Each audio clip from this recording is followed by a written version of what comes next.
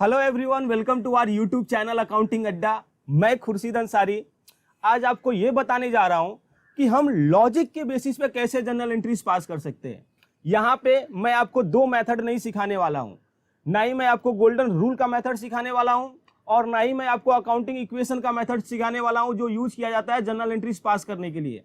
And then to we would be able to pass the journal entries. Okay, actually you know what we are going to do here.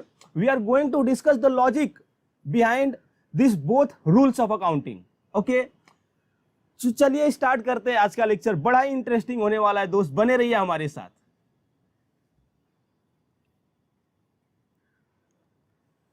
तो सबसे पहले debit क्या होता है और credit क्या होता है वो हमको जानना पड़ेगा।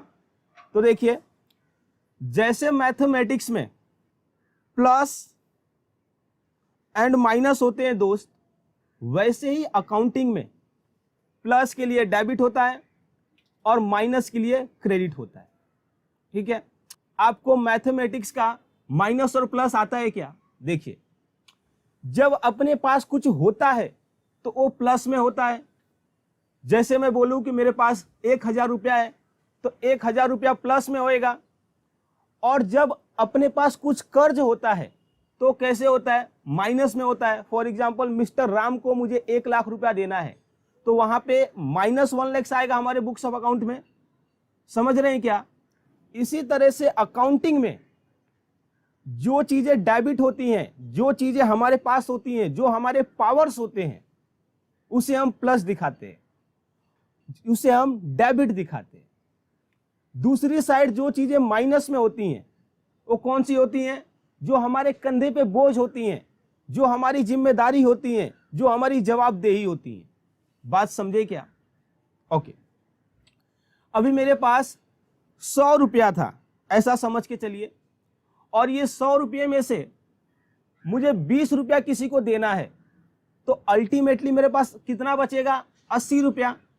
तो 100 से 80 पे आने में मुझे क्या करना पड़ेगा? माइनस करना पड़ेगा 20 रुपया। ओके, तो ये तो मैथमेटिक्स में हुआ।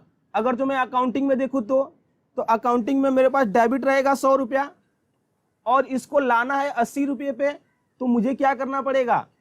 20 रुपया क्रेडिट करना पड़ेगा। तो हमारे पास कितना आ जाएगा? 80 रुपया। तो ये आपको मैथमेटिक्स का रूल याद रखना, आपको विजा विज डेबिट एंड क्रेडिट का रूल। ओके, अभी देखिए, ये जो मैंने एग्जाम्पल लिया है, यहां पे हम क्या सीखने वाले हैं?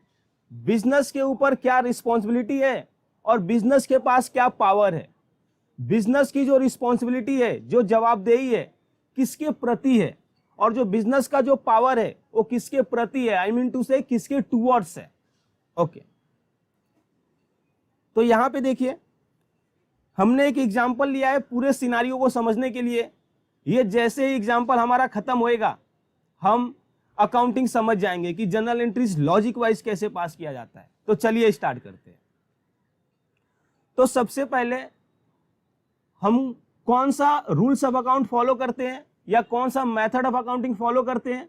Double entry system of accounting, जहां पे हमको हर चीज के बारे में दो वे में सोचना रहता है। समझे क्या?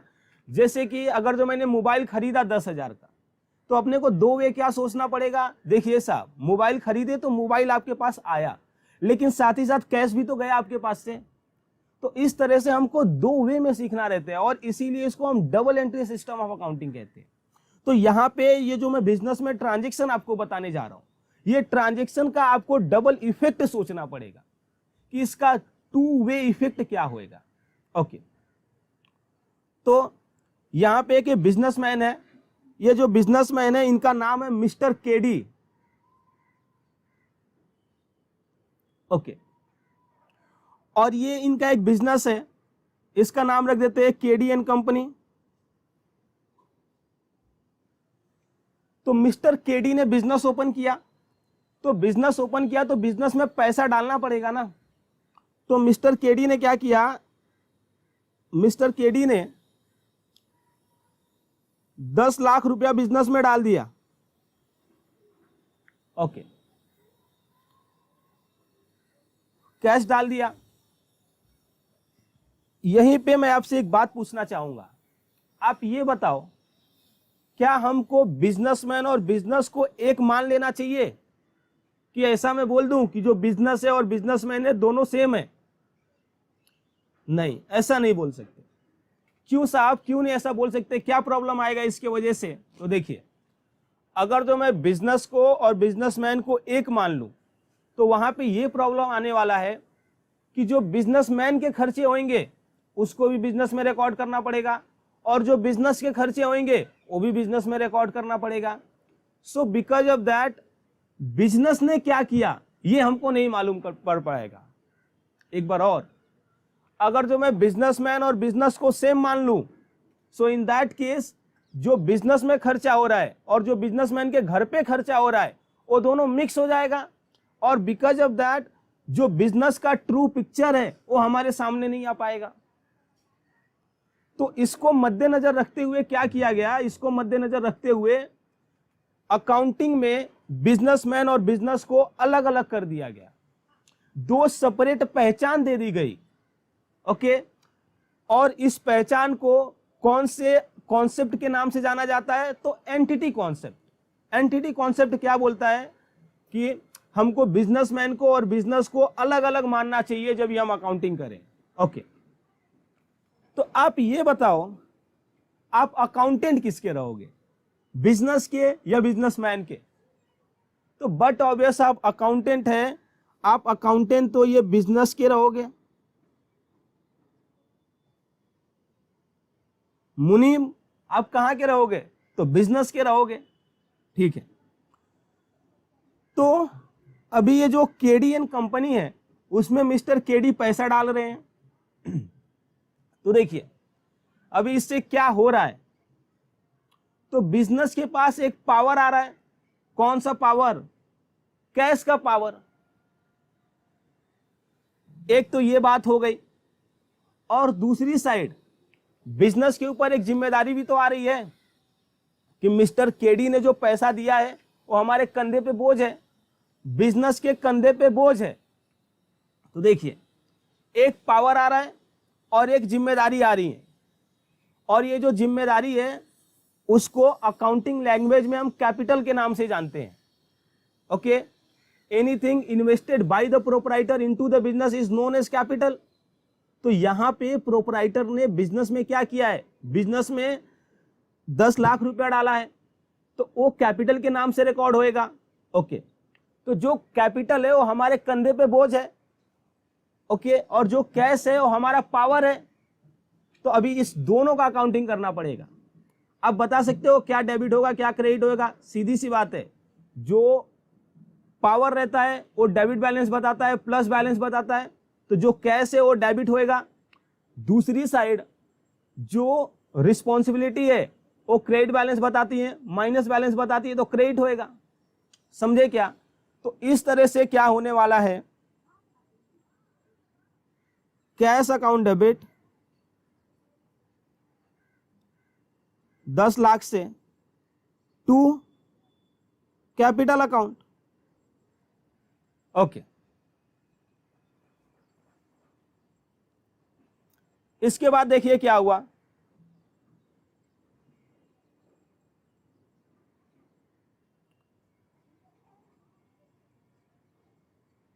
इसके बाद ये जो केडीएन कंपनी है वो बैंक से लोन ले ली। ओके,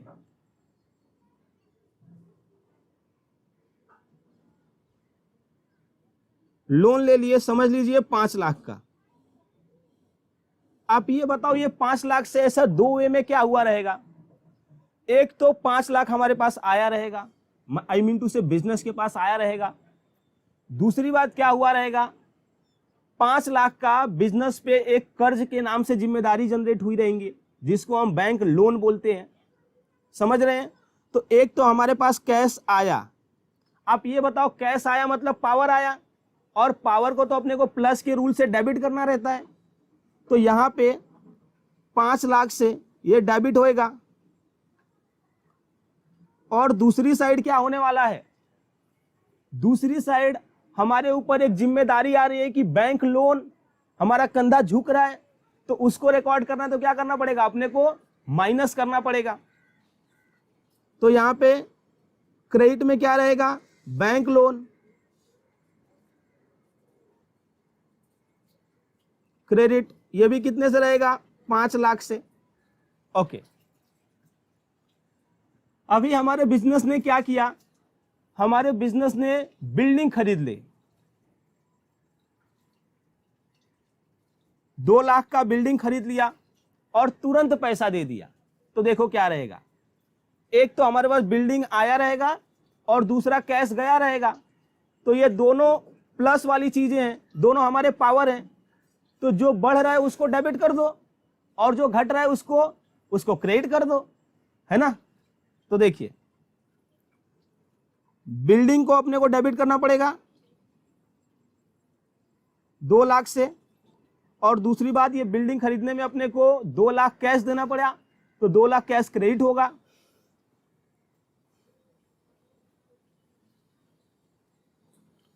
ऐसे ही हमारे बिजनेस ने क्या किया मालूम आपको, हमारे बिजनेस ने फर्नीचर खरीद लिया। तो ये जो फर्नीचर खरीदा, समझ लीजिए 1 लाख का खरीदा, तो क्या हुआ रहेगा, ये सेम ही एंट्री है जैसा हमने लास्ट में देखा। तो ये क्या होने वाला है, बट ऑब्वियस अपने पास फर्नीचर आने वाला है और उसके बदले में कैश जाने वाला है। तो जो फर्नीचर आ रहा है, फर्नीचर को क्या करेंगे, फर्नीचर को हमको डेबिट करना रहेगा और जो कैश जा रहा है उसको क्रेडिट करना पड़ेगा। तो देखिए, फर्नीचर 1 लाख से डेबिट होएगा और कैश 1 लाख से क्रेडिट होएगा। तो समझ रहे हैं आप, इस तरह से अपने को एंट्री पास करना रहता है। और आगे बढ़ते और चीजों को समझते हैं। ये देखिए, अभी क्या हुआ, ये जो केडीएन कंपनी है इसने सेल किया, जो गुड्स में ये डीलिंग करती है उसका सेल किया। और सेल मालूम है किसको किया, मनीष को सेल किया, मनीष को। समझ लीजिए 3 लाख का सेल हुआ।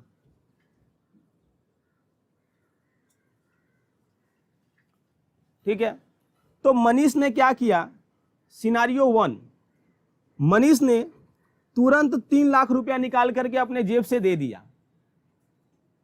ठीक है, तो 3 लाख निकाल करके दे दिया और मनीष हमसे गुड्स ले लिए। तो देखो, एक तो अपना सेल हुआ, तो सेल से क्या होएगा, सेल हमारा इनकम होएगा, बिजनेस के लिए इनकम होएगा क्योंकि बिजनेस के पास पैसा आएगा। दूसरी साइड क्या हो रहा है, सेल की वजह से हमारे पास पैसा आ रहा है। तो पैसा आ रहा है तो अपना पावर बढ़ रहा है, तो पावर बढ़ रहा है तो उसको डेबिट करना पड़ेगा। बात ये आ रहा है कि इनकम के साथ क्या करना पड़ेगा, सेल के साथ क्या करना पड़ेगा। तो 99% लोग ये सोचेंगे कि सेल तो हमारा इनकम है, तो ये तो हमारा पावर हुआ, बढ़ा दो इसे। लेकिन मालूम है ऐसा नहीं है। क्यों ऐसा नहीं है, देखो मैं आपको बताने जा रहा हूं। आप ये बताओ, बिजनेस में पैसा किसने लगाया, बिजनेसमैन ने लगाया। तो जो भी हम इनकम जनरेट करेंगे, जो भी बिजनेस इनकम जनरेट करेगा, वो इनकम पे हक किसका होगा, बट ऑब्वियस जिसने बिजनेस में पैसा लगाया है उसका ही होगा ना। तो इसके लिए भले ही सेल अपना इनकम है, लेकिन ये इनकम हमको बिजनेसमैन को देना रहता है और इसके लिए इनकम हमारे कंधे पे बोझ है, हमारी जिम्मेदारी है। और बिकॉज ऑफ दैट इनकम हमारा क्रेडिट बैलेंस बताता है। क्रेडिट बैलेंस क्यों बताता है, क्योंकि ये जो इनकम है अपने को बिजनेसमैन को देना रहता है साहब। इसके लिए इनकम क्या करता है, क्रेडिट बैलेंस बताता है।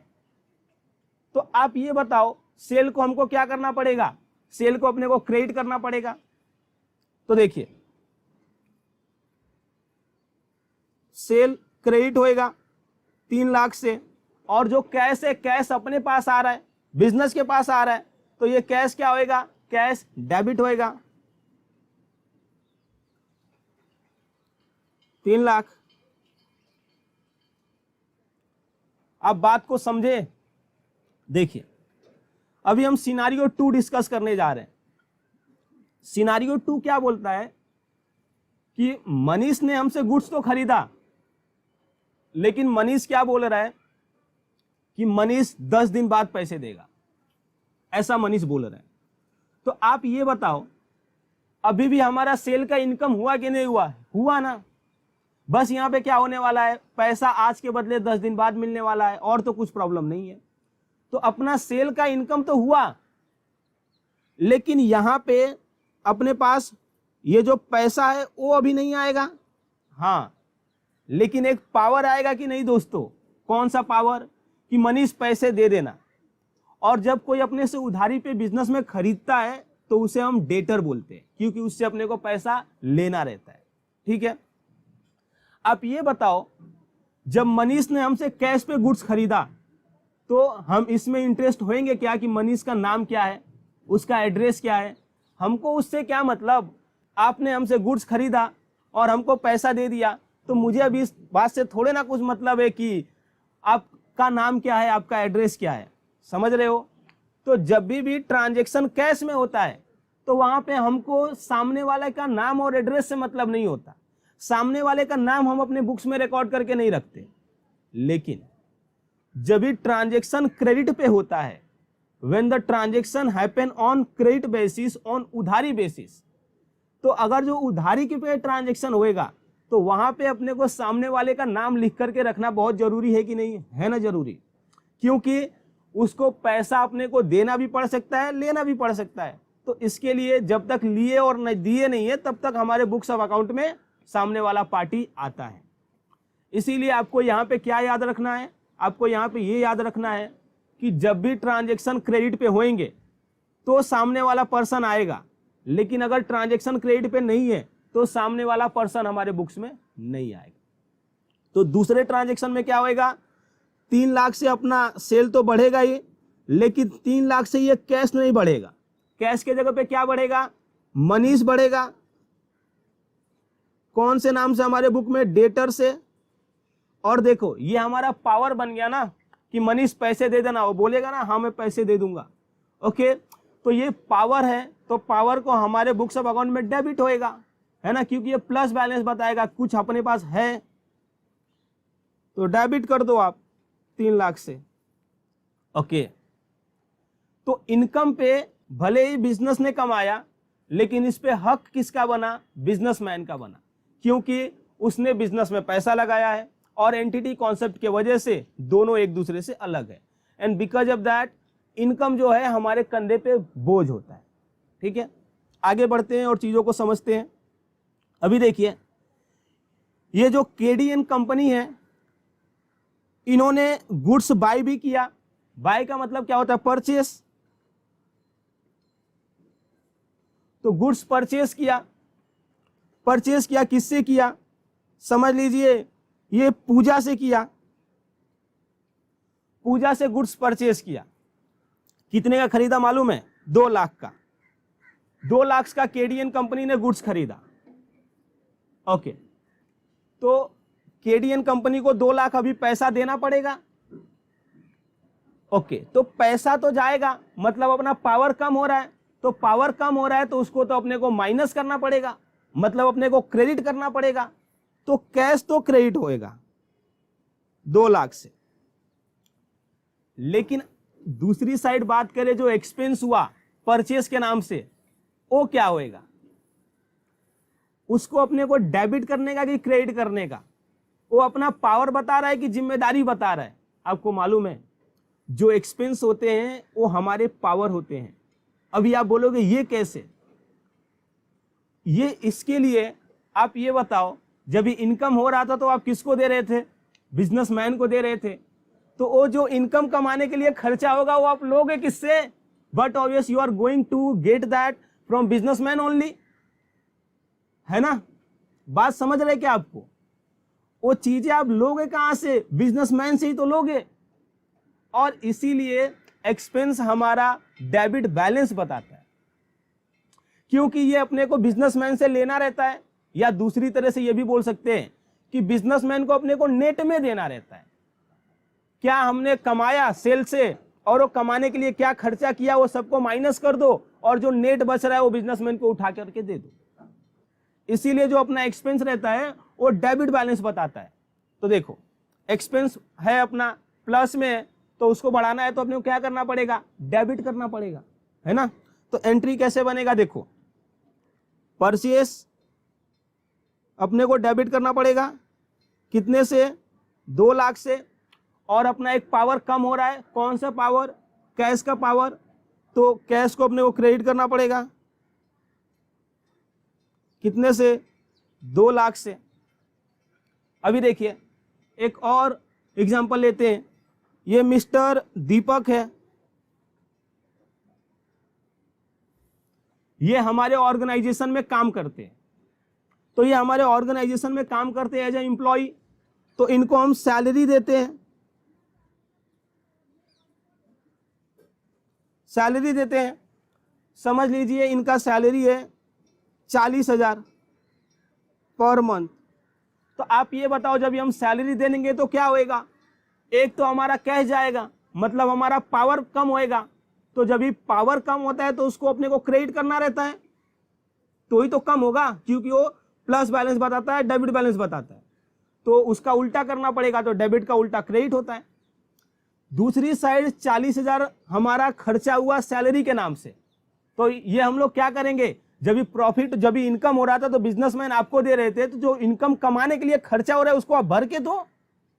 तो हम क्या बोलेंगे कि 40,000 अपने को बिजनेसमैन से लेना है, या हम क्या दूसरी तरह से ये भी बोल सकते हैं, हमको जो भी इनकम आएगा उसमें से 40,000 माइनस करके नेट में ही पेमेंट करना है बिजनेसमैन को। समझ रहे हो बात, ओके। तो इसका क्या एंट्री होएगा, सैलरी का जो खर्चा है उसको डेबिट करना पड़ेगा 40 लाख से, 40,000 से, एंड देन अपना कैश कम हो रहा है तो टू कैश बोलो 40,000। समझ रहे बात को। अभी इस चीज से हम कंक्लूजन क्या निकाल रहे हैं वो देखिए, कुछ कंक्लूजन निकालना था, इसके लिए मैंने आपको ये बात बताया। अभी कंक्लूजन क्या निकलता है, देखिए बिजनेस में ये जो भी ट्रांजैक्शन होते हैं, ये जो भी ट्रांजैक्शन हुआ आपने देखा, इसके वजह से मॉनेटरी टर्म में 4 ही चीजें हो सकती हैं।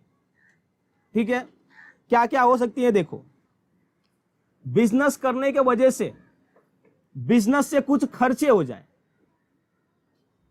जिसको हम एक्सपेंसेस बोलते हैं। बिजनेस करने के वजह से बिजनेस कुछ इनकम जनरेट कर पाए,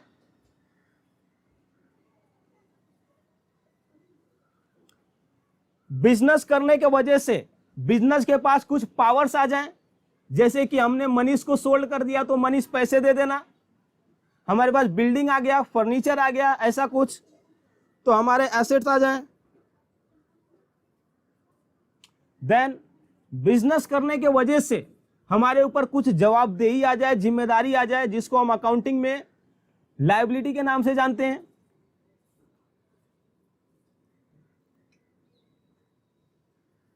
ओके, एक्सपेंस अपना कौन सा बैलेंस बताता है, प्लस की माइनस, आई मीन टू से डेबिट की क्रेडिट। तो ये तो अपना प्लस बैलेंस बताता है, डेबिट बैलेंस बताता है। क्यों ऐसा, क्योंकि ये अपने को बिजनेसमैन से लेना रहता है, या फिर बिजनेसमैन को हमको नेट में ही जो प्रॉफिट होता है वो पे करना रहता है। ठीक है, इनकम अपना क्रेडिट बैलेंस क्यों बताता है या माइनस बैलेंस क्यों बताता है, तो इनकम अपना क्रेडिट बैलेंस इसके लिए बताता है क्योंकि बिजनेस में पैसा तो बिजनेसमैन ने लगाया है, तो जो भी इनकम होएगा उस पे हक तो बिजनेसमैन का बनेगा ना। इसीलिए बिजनेस में जो भी इनकम हो रहा है वो क्रेडिट हो जाता है, वो माइनस हो जाता है, कंधे पे बोझ बन जाती है, क्योंकि ये अपने को बिजनेसमैन को देना रहता है। बात समझ में आया। जो एसेट रहता है वो हमारा पावर रहता है, ठीक है, वो बिजनेस का पावर रहता है। क्यों ऐसा, क्योंकि आप एक बात बताओ ना, ये जो मनीष है, ये मनीष बिजनेसमैन को पैसा देंगे या बिजनेस को पैसा देंगे, बट ऑब्वियस ये बिजनेस को पैसा देने वाले हैं ना, कि जाकर के बिजनेसमैन को देंगे, नहीं नहीं, ये तो बिजनेस को ही पैसा देंगे। तो जो पावर रहता है, जो एसेट रहता है, वो बिजनेस का होता है, ना कि बिजनेसमैन का। तो इसके लिए क्या हुआ, इसके लिए ये जो भी पावर्स हैं ये सभी डेबिट बैलेंस बताने लगते हैं।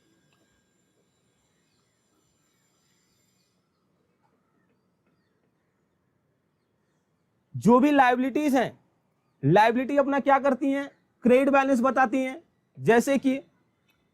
जैसे कि हमने कैपिटल की लायबिलिटी क्रिएट की अपने ऊपर, जो केडी ने पैसा डाला बिजनेस में 10 लाख। आप ये बताओ केडी किससे पैसा लेने वाले, बिजनेस से पैसा लेने वाले, तो बिजनेस के ऊपर जिम्मेदारी है ना कि 10 लाख मिस्टर केडी का हमारे पास है। केडी के बिजनेस ने, केडीएन कंपनी ने 5 लाख का लोन भी लिया, तो आप ये बताओ ये लोन बिजनेस के ऊपर जिम्मेदारी है कि नहीं, है ना। और ये लोन किसको भरना पड़ेगा, ये लोन तो बिजनेस को ही भरना पड़ेगा। जो बैंक है वो कहां पे जाएंगे, केडीएन कंपनी के पास जाएंगी, ना कि केडी के पास। ओके, तो जो भी लायबिलिटी रहती है हमारी जिम्मेदारी होती है, बिजनेस की जिम्मेदारी होती है, इसीलिए लायबिलिटी क्रेडिट बैलेंस बताती है। ठीक है, ये एक चीज है। अभी आप ये देखो, अगली बात, responsibility and power of business is two folded. ये मैं क्या बोल रहा हूं कि जो बिजनेस में रिस्पॉन्सिबिलिटी की बात की, जो बिजनेस में हमने पावर की बात की, ये टू फोल्डेड होता है। टू फोल्डेड मतलब दो लोगों के रिस्पेक्ट में ये हमारी जिम्मेदारी एंड पावर होते हैं। देखिए किसके किसके रिस्पेक्ट में। सबसे पहली बात, बिजनेसमैन के रिस्पेक्ट में, बिजनेसमैन के रिस्पेक्ट में हमारी जिम्मेदारी और पावर क्या बने, और देन दुनिया वालों के साथ अपने पावर और जिम्मेदारी क्या बने। देखिए ये जो बिजनेसमैन है केडी, उनके रिस्पेक्ट में अपनी जिम्मेदारी क्या है, तो उनके रिस्पेक्ट में अपनी जिम्मेदारी ये है कि जो भी इनकम होएगा मिस्टर केडी को अपने को देना रहेगा, और दूसरी साइड जो भी एक्सपेंसेस रहेंगे वो मिस्टर केडी से लेने रहेंगे।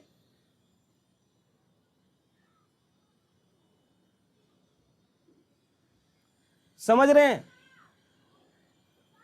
जो भी मिस्टर केडी बिजनेस में डालेंगे वो बिजनेस एज अ लायबिलिटी लेगा, एज अ कंधे पे बोझ लेगा, जिसे हम कैपिटल बोल रहे थे। तो लायबिलिटीज कैपिटल। दूसरी साइड जब बिजनेस से कुछ केडी लेकर के जाएंगे तो उसे बिजनेस पावर मान लेगा, जैसे कि ड्राइंग है ना। सो एसेट्स, और एसेट्स में क्या आएगा, ड्राइंग आएगा। अभी आप ये देखोगे ना, इनकम और एक्सपेंस, तो यहां पे समझ लीजिए इनकम हुआ 1 लाख का और एक्सपेंस हुआ 80,000 का।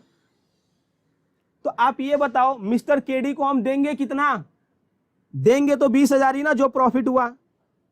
तो ये जो 20,000 हम दे रहे हैं, इसका मतलब क्या हुआ कि मिस्टर केडी, इनकम पे तो आपका हक है, लेकिन जो इनकम कमाने के लिए एक्सपेंस हुआ है वो भी आपसे ही लेंगे ना हम।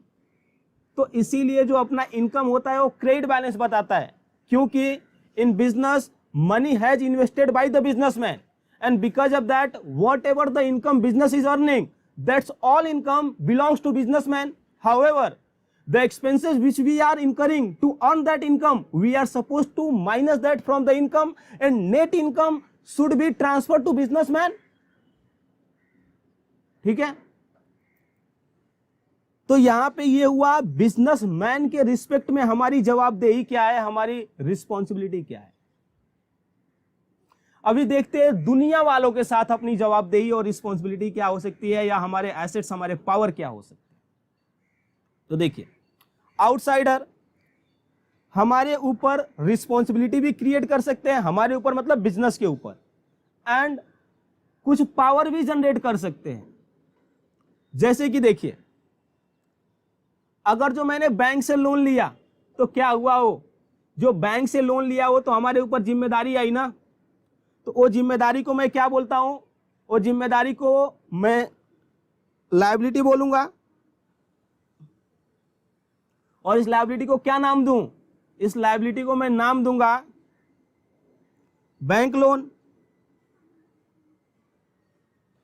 मैंने उधारी पे गुड्स खरीदा था पूजा से, तो जब भी मैं उधारी पे गुड्स खरीदूं पूजा से, तो वो भी तो हमारे लिए जिम्मेदारी हो गई ना कि वो बोलेगी ये बिजनेस पैसा दे देना, तो हम बोलेंगे ना हाँ दे देंगे पैसा। तो वो जो बात है, तो पूजा के रिस्पेक्ट में अपनी लायबिलिटी क्रिएट हो गई ना। और इस लायबिलिटी को हम किस नाम से जानते हैं? इस लायबिलिटी को हम क्रेडिटर्स के नाम से जानते हैं। तो क्रेडिटर्स, आप समझ रहे हैं, मिस्टर दीपक का सैलरी 40,000 है। एक महीने में क्या हुआ मालूम है? बिजनेस के पास पैसे नहीं थे, तो 40,000 के जगह पे 30,000 ही दिया। तो जो 10,000 है वो बिजनेस को बाद में देना पड़ेगा। तो वो भी तो बिजनेस के ऊपर जिम्मेदारी ही है, तो उसे हम क्या बोलेंगे? Outstanding salary.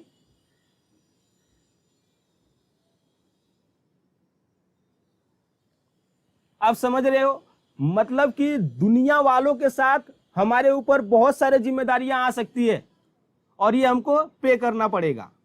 दूसरी साइड पावर। पावर मतलब एसेट्स। बिजनेस के पास क्या क्या एसेट्स हो सकते हैं, क्या क्या पावर हो सकते हैं? तो एसेट्स में अगर तो मैं बात करूं, तो एसेट में अपने पास क्या हो सकता है? एसेट में हमारे पास हो सकता है जैसे कि कैश, हमारा पावर है। बैंक में बैलेंस, बैंक में पैसा है कंपनी का, तो जब भी पैसा है तो चाहे तो जब भी चाहिए उसको यूज कर सकती है, तो भी अपना पावर है। Bank balance. हमारे स्टॉक्स, जो हमारे गुड्स है जिसमें हम डीलिंग करते हैं, हमारे पास पड़ा हुआ है, तो भी तो हमारा पावर है, उसको बेच के पैसा कमा सकते हैं। देन डेटर, यहां पे मैं मनीष की बात कर रहा हूं, जिनको हमने गुड्स बेचा उधारी पे, तो डेटर भी तो हमारा पावर ही है। मनीष साहब पैसा दे देना, तो बोलेंगे ना हाँ मैं दे दूंगा, तो डेटर हो गया। बिल्डिंग हुआ, फर्नीचर हुआ। ओके, देखिए लायबिलिटी में भी पैसा आता है एंड इनकम में भी पैसे आते हैं। जब भी मैंने सेल किया तो भी मुझे पैसे मिले, और जब मैंने बैंक से लोन लिया या कैपिटल डाला बिजनेसमैन ने बिजनेस में, तो भी हमारे पास पैसा आया। ये दोनों को बाइफरकेट कैसे करेंगे? तो देखिए, जब भी पैसे आए और इस साथ आए, इस बात के साथ आए कि उसको अपने को रिपे करना है, तो हमारे कंधे पे बोझ बन जाएगा। जैसे कि हमने बैंक लोन लिया तो हमने को रिपे करना पड़ेगा वो अमाउंट। दूसरी साइड, जब अपने पास पैसे आए लेकिन कोई बोझ लेकर के ना आए कि उसको अपने को रिपे करना है, तो वो हमारा क्या बनेगा? वो हमारा बनेगा इनकम। समझ रहे हो? जैसे कि सेल कर दिया तो मेरे को वापस थोड़े ना करना है, समझे? दूसरी साइड, जो एक्सपेंस होते हैं उसमें भी पैसे जाते हैं, और जो एसेट होते हैं उसमें भी पैसे जाते हैं। जैसे कि मैंने बिल्डिंग खरीदा तो भी पैसे डालने पड़े, तो इसमें कैसे बाइफरकेट करने का? तो यहां पे देखो, जो पैसे जाए और लंबे समय का बेनिफिट दे उसे हम एसेट बोलेंगे। जो पैसे जाए लेकिन उसका बेनिफिट शॉर्ट टर्म में ही खत्म हो जाए, तो उसे हम क्या बोलेंगे? उसे हम एक्सपेंस बोलेंगे। ठीक है, तो ये डिस्कशन था हमारा एसेट, इनकम, एक्सपेंस, लायबिलिटी के बारे में। और यहीं से आपको एंट्री समझ में आ गया रहेगा कि अभी आप देखो ना, जो भी इनकम है कौन सा बैलेंस बताएगा? क्रेडिट बैलेंस बताएगा। क्यों ऐसा? क्योंकि बिजनेस में बिजनेसमैन ने पैसा लगाया है, तो उसको अपने को देना पड़ेगा इनकम, तो इसीलिए इनकम क्रेडिट बैलेंस बता रहा है। तो कभी भी बिजनेस में इनकम बढ़े तो आप क्या करोगे? उसको क्रेडिट तो कर दोगे। दूसरी साइड, जो भी एक्सपेंस है वो हमारे डेबिट बैलेंस बताएंगे। क्यों?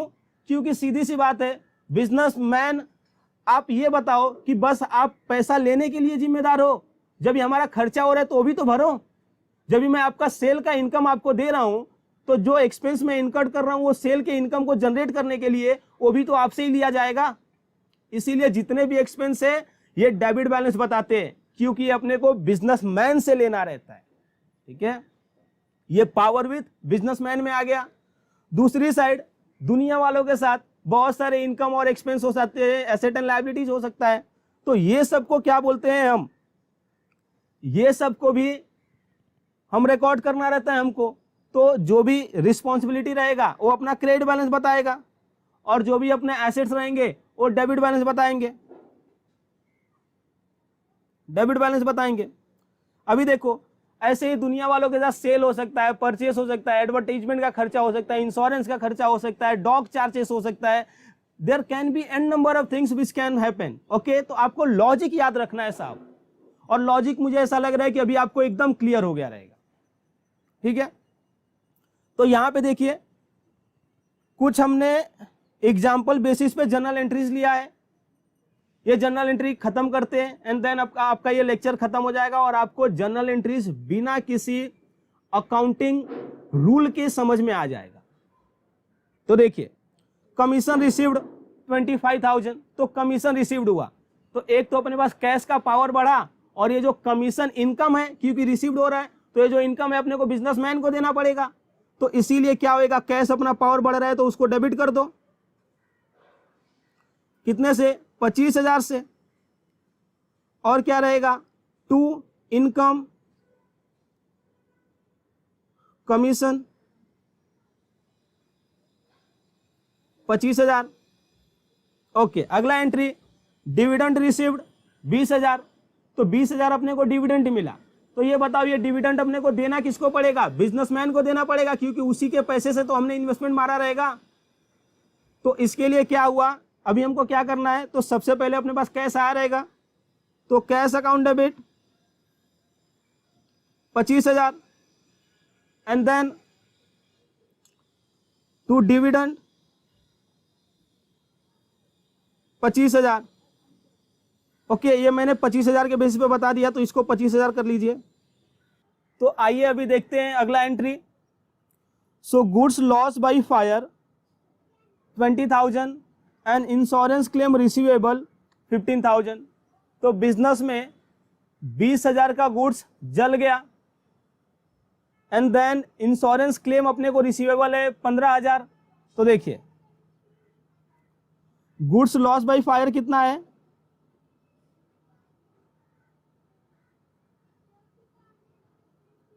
20,000, देन इंश्योरेंस क्लेम कितना है,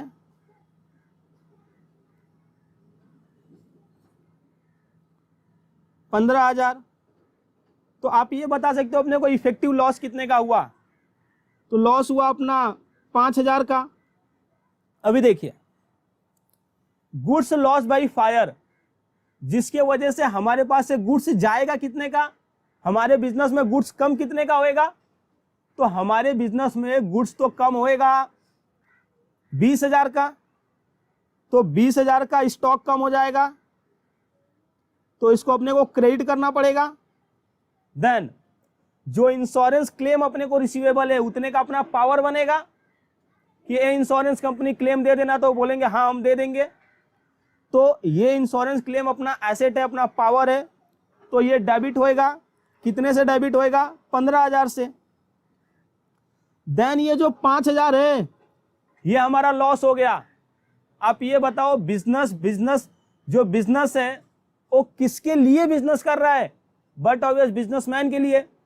जब भी प्रॉफिट होता था तो बिजनेसमैन लेके जाते थे, तो यहाँ पे जो लॉस हुआ इसका भरपाई कौन करेंगे, बिजनेसमैन ही करेंगे ना।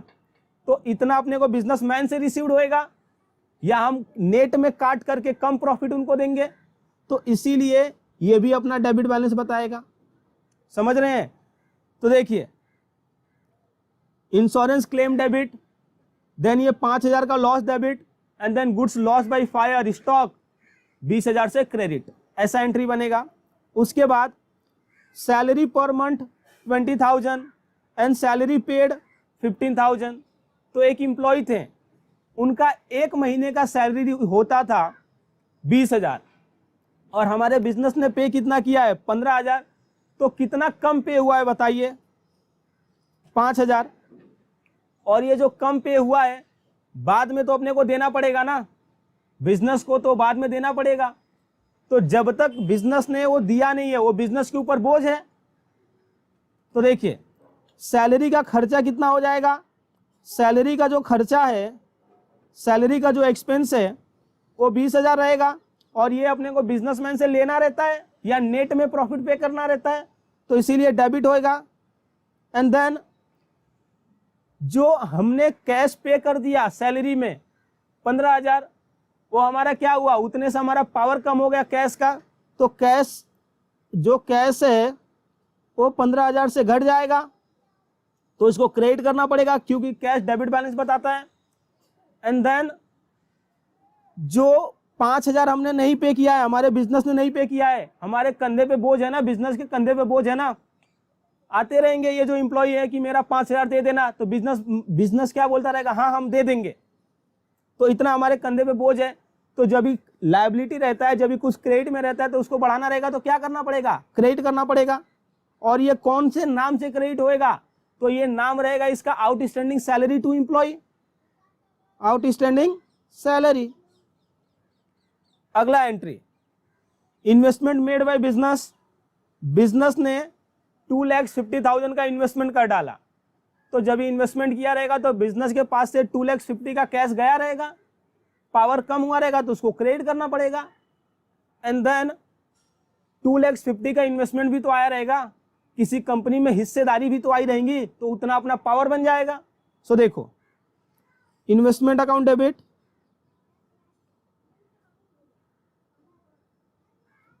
$2,50,000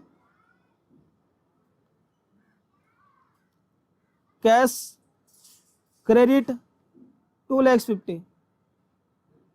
ओके, इसके बाद वाला entry, money receive from debtor 15,000।